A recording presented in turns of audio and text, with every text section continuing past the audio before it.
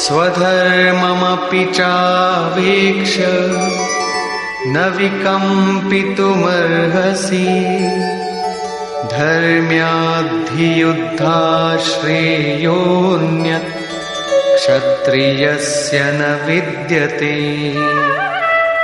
अर्जुन, स्वधर्म देखकर भी तू भय करने योग्य नहीं है, क्योंकि धर्म संयुक्त युद्ध से बढ़कर अन्य कोई परम कल्याणकारी मार्ग क्षत्रिय के लिए नहीं है। अभी तक तो आत्मा शाश्वत है, आत्मा सनातन है, वही एकमात्र धर्म है कहा गया है। अब ये स्वधर्म कैसा? धर्म तो एकमात्र आत्मा ही है, वो तो अचल स्थिर है, तो धर्माचरण क्या? किंतु इस आत्म पथ में प्रवृत्त होने की क्षमता हर व्यक्ति की अलग अलग होती है।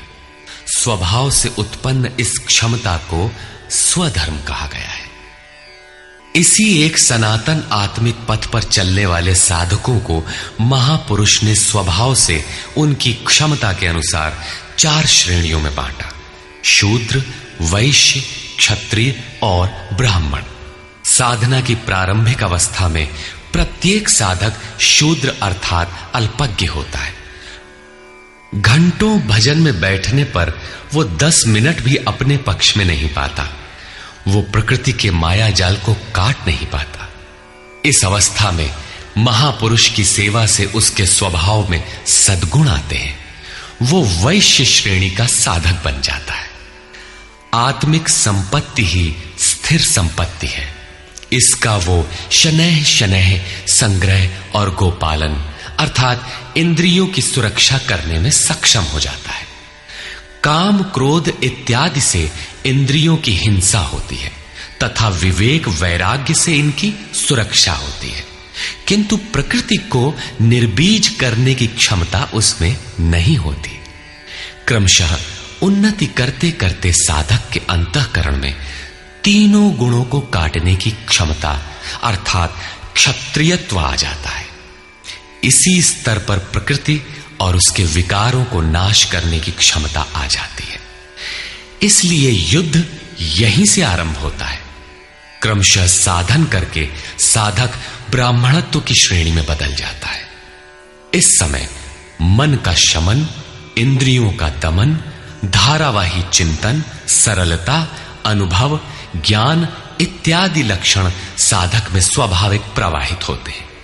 इन्हीं के अनुष्ठान से चलकर क्रमशः वो ब्रह्म में प्रवेश पा जाता है, जहां वो ब्राह्मण भी नहीं रह जाता।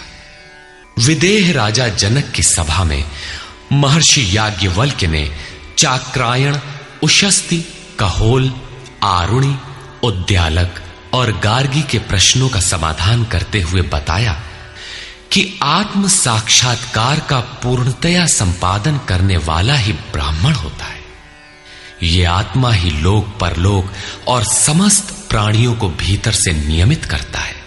सूर्य, चंद्रमा, पृथ्वी, जल, वायु, अग्नि, तारागण, अंतरिक्ष, आकाश एवं प्रत्येक क्षण इस आत्मा के ही प्रशासन में है। ये तुम्हारा आत्मा अंतर्यामी अमृत है। आत्मा अक्षर है, इससे भिन्न सब नाशवान है। जो कोई इसी लोक में इस अक्षर को न जानकर हवन करता है, तप करता है, हजारों वर्षों तक यज्ञ करता है, उसका ये सब कर्म नाशवान है। जो कोई भी इस अक्षर को जाने बिना इस लोक से मरकर जाता है, वो दयनीय है, कृपण है, और जो इस अक्षर को जानकर इस लोक से मरकर जाता है, वो ब्राह्मण है।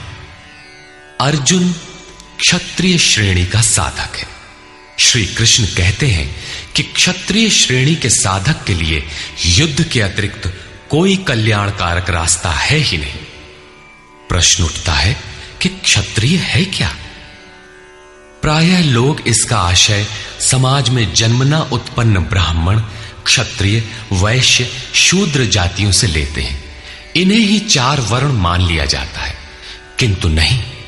शास्त्रकार ने स्वयं बताया है कि क्षत्रिय क्या है, वर्ण क्या है। यहां उन्होंने केवल क्षत्रिय का नाम लिया और आगे 18वें अध्याय तक इस प्रश्न का समाधान प्रस्तुत किया कि वस्तुतः ये वर्ण हैं क्या, और कैसे इनमें परिवर्तन होता है। श्री कृष्ण ने कहा, चातुर्वर्ण्यम मया सृष्टम, 4 वर्णों की सृष्टि मैंने की, तो क्या मनुष्यों को बांटा? श्री कृष्ण कहते हैं कि नहीं, गुण कर्म विभागशः, गुणों के माध्यम से कर्म को 4 भागों में बांटा। यह देखना है कि वो कर्म क्या है जिसे बांटा गया। गुण परिवर्तनशील है। साधना की उचित प्रक्रिया द्वारा तामसी से राजसी और राजसी से सात्विक गुणों में प्रवेश मिलता जाता है। अंततः ब्राह्मण स्वभाव बन जाता है। उस समय ब्रह्म में प्रवेश दिला देने वाली सारी योग्यताएं उस साधक में रहती हैं। वर्ण संबंधी प्रश्न यहां से आरंभ होकर 18वें अध्याय में जाकर पूर्ण होता है। श्री कृष्ण की मान्यता है, श्रेयान् स्वधर्मो विगुणः परधर्मात् स्वनुष्ठितात्। स्वभाव से उत्पन्न इस धर्म में प्रवृत्त होने की क्षमता जिस स्तर की हो, भले ही वो गुण रहित शूद्र श्रेणी की हो, तब भी परम कल्याण करती है, क्योंकि आप क्रमशः वहीं से उत्थान करते हैं। उससे ऊपर वालों की नकल करके साधक नष्ट हो जाता है। अर्जुन क्षत्रिय श्रेणी का साधक था, इसलिए श्री कृष्ण कहते हैं कि अर्जुन, अपने स्वभाव से उत्पन्न योग्यता को देखकर, इस युद्ध में प्रवृत्त होने की अपनी क्षमता को देखकर भी तू भय करने योग्य नहीं है। इससे बढ़कर दूसरा कोई कल्याणकारी कार्य क्षत्रिय के लिए नहीं। इसी पर प्रकाश डालते हुए पुनः योगेश्वर कहते हैं, यदृच्छया चोपपन्नम स्वर्गद्वारमपावृतम सुखिनः क्षत्रियाः पार्थ लभन्ते युद्धमीदृशम्। पार्थिव शरीर को ही रथ बनाकर अचूक लक्ष्यवेदी अर्जुन, स्वतः प्राप्त स्वर्ग के खुले हुए द्वार रूपी इस युद्ध को भाग्यवान क्षत्रिय ही प्राप्त करते हैं। क्षत्रिय श्रेणी के साधक में तीनों गुणों को काट देने की क्षमता रहती है। उसके लिए स्वर्ग का द्वार खुला है, क्योंकि उसमें दैवी संपद पूर्णता अर्जित रहती है। स्वर्ग में विचरने की उसमें क्षमता रहती है। यही खुला हुआ स्वर्ग का द्वार है। क्षेत्र क्षेत्रज्ञ के इस युद्ध को भाग्यवान क्षत्रिय ही पाते हैं, क्योंकि उनमें ही संघर्ष की क्षमता है। दुनिया में लड़ाइयां होती हैं, विश्व सिमट कर लड़ता है, प्रत्येक जाति लड़ती है, किंतु शाश्वत विजय जीतने वाले को भी नहीं मिलती। ये तो बदले हैं।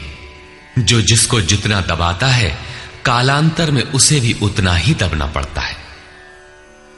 ये कैसी विजय है जिसमें इंद्रियों को सुखाने वाला शोक बना ही रहता है, अंत में शरीर भी नष्ट हो जाता है। वास्तविक संघर्ष तो क्षेत्र और क्षेत्रज्ञ का है, जिसमें एक बार विजय हो जाने पर प्रकृति का सदा के लिए निरोध और परम पुरुष परमात्मा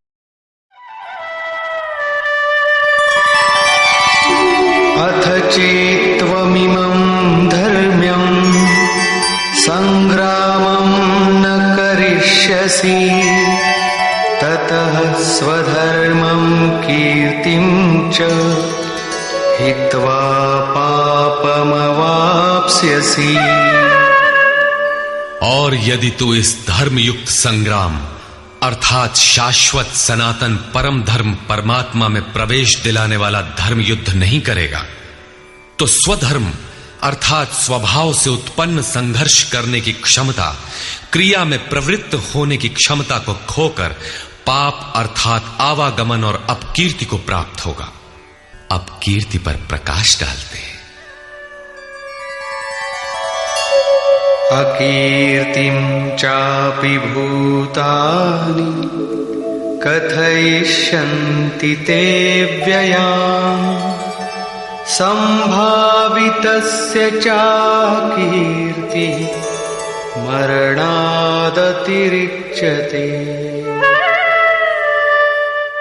सब लोग बहुत काल तक तेरी अपकीर्ति का कथन करेंगे।